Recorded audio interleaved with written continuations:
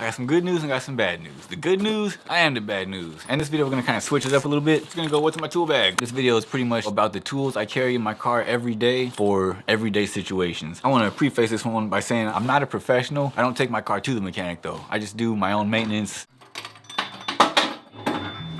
Nice. And I do some custom work, you know, I'm a DIY kind of person, so like, let that be whatever it means to you. This is pretty much also my junkyard bag, but when I go to the junkyard, there's a couple extra things I'd carry, and I'll let you know that towards the end. And this is also in no particular order, so pay no attention to that. But yeah, we're gonna dive into it. First, only because of my specialty, a multimeter, not a fancy one. I think it was like some cheap shit off Amazon or something like that. It's not by any company I've ever heard of before. Like, it's just some cheap multimeter to get me by. Onto the regular tools that regular people would probably carry. A lot of these tools are from Harbor Freight. There's no affiliation, although if Harbor Freight would have some affiliation with me, I would be so open. It's just because I find that the stuff at Harbor Freight, their hand tools especially, pretty decent, not too bad. That being said, these swivel heads, ratcheting wrenches, the only thing I don't like about them is that the swivel kind of swivels too easy. The ratchet works fine, you know, as a wrench they work fine, but they just swivel like a little too easy. I wish they were a little stiffer or even clicked or something like that. But other than that, they're fine. And like, it's a moderate inconvenience, you know what I'm saying? Not like a deal breaker. Some dikes, diagonal cutting tools, and just because I do a lot of electrical type stuff. And also just because it's handy to have some heavy duty cutters. They're not like some snips or whatever, but it's for everyday usage. A screwdriver. The thing I like about this one is it's a Phillips and a flathead. Don't really have a need for a whole screwdriver set or anything like that. Generally speaking, especially like on cars, you can get the job done. Although on this outside pouch here, I do also carry a little snubby here, and this dude is ratcheting. That's just handy for obviously for getting into like smaller places. And he also switches, although this one switches a lot. The bit pulls out on both ends, and then the actual bit driver pulls out. Obviously you can use the bit driver for stuff itself, but you can also use it just that way. Allen wrenches, hex set, you know, whatever you want to call them. I think it's actually a kit. These aren't like anything special, but handy to have. This is another kind of more specialty thing. Because I tend to do a lot of interior stuff, I have some panel clip removers.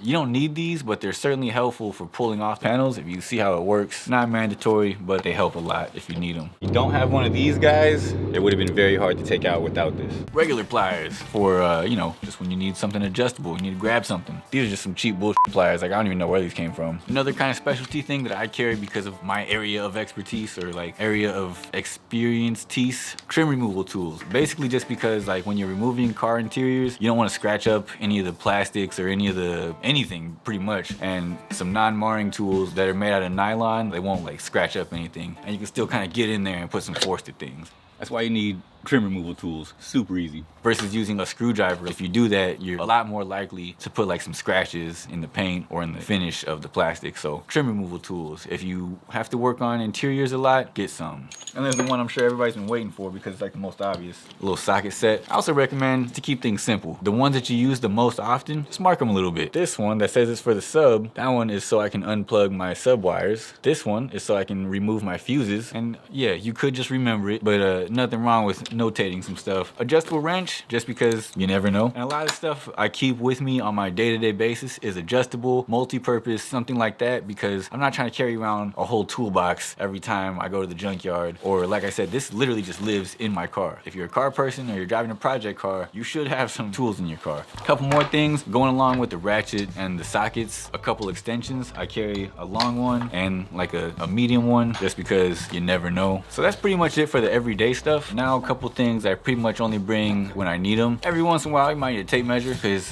depending on what you're grabbing, especially if you're grabbing something from a car that doesn't necessarily fit yours or isn't supposed to fit yours, you never know, you just might need a tape measure. Handy to have. Some needle nose, you don't necessarily need some long dudes like this. I just needed some recently, so I picked these up. They did the job just fine. Can vouch for their needle nosiness. And then, you know, sometimes you don't feel like putting in work, so you know you gotta grab one of these dudes. And if you feel like putting in even less work, you grab one of these dudes. I haven't really needed the impact at the junkyard too much because most of the stuff I'm pulling is pretty small, so I've been able to get by with just the drill and the hand tools. And honestly, most of the time it's just the hand tools. I don't even need the drill. However, I will say that there's been a couple times when if I had the impact, I probably could have got a couple parts that I hadn't planned on grabbing that just would have been good flips. But most of the time the drill will get me by. I do bring a couple extra things with it aside aside from just the screwdriver attachment, I'll also bring generally like an extension and probably also an adapter so that I can use my sockets with my drill. That's pretty much the kit. That's the whole toolbox, including the junkyard edition for when I'm going to the junkyard. You should also bring some gloves depending on what you're planning on pulling. That's why you bring gloves.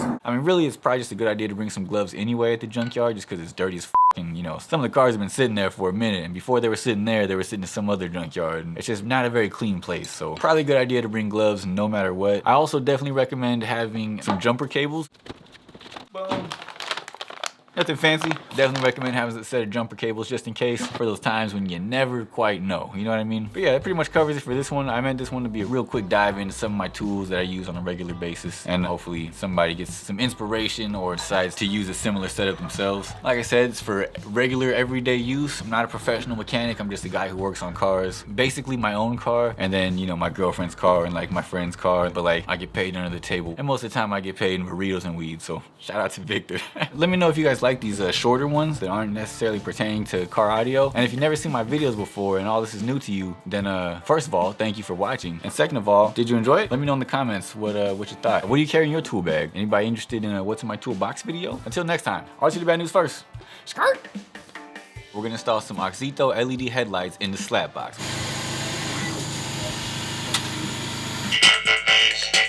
Keep that music down to a minimum. In like the 5 seconds you're playing that, everyone complains. Where's the stock one?